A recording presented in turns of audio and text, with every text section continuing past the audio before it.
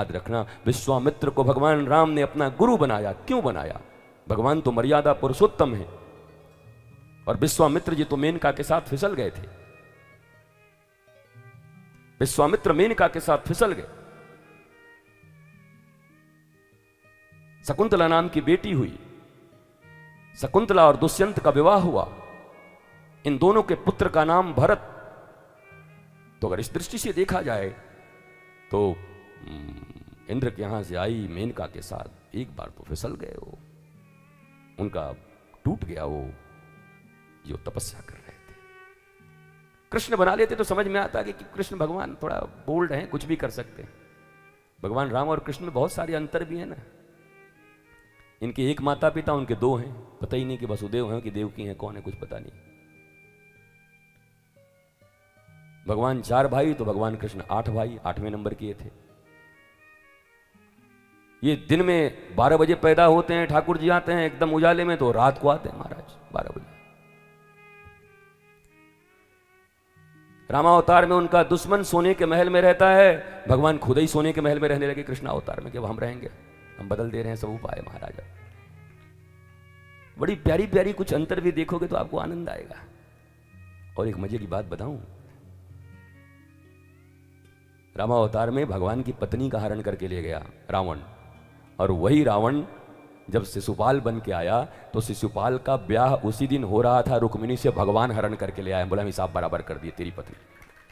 हम क्या बताएं आपको उससे ज्यादा, मतलब ये भी हिसाब हम बराबर कर दे रहे हैं तो चिंता मत कर, हम तेरी पत्नी ले आएंगे महाराज। विवाह हुआ नहीं था, होने ही वाला था शाम को। ठाकुर जी जाके उमा मंदिर से उठा के ले आए, क्योंकि रुक्मिणी जी ने पत्र लिखा था। तो भगवान श्री कृष्ण और भगवान राम में बड़ी समानताएं भी हैं और बड़ी विषमताएं भी हैं। समानताएं हैं वो इसलिए हैं कि दोनों ही ईश्वर हैं, दोनों ही परमात्मा हैं, दोनों ही भगवान हैं।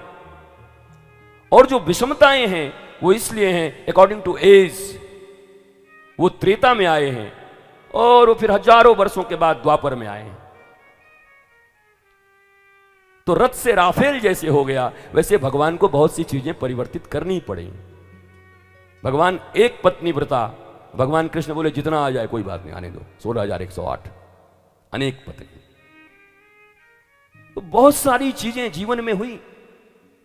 भगवान राम और कृष्ण के बीच में बस तुलना का आनंद ले सकते हो कि क्या क्या डिफरेंसेस हैं और क्या क्या समानताएं हैं, लेकिन वास्तव में अंतर तो कुछ नहीं। युग युग में वही आते हैं, जब जैसा जरूरत होता है वैसा आते हैं।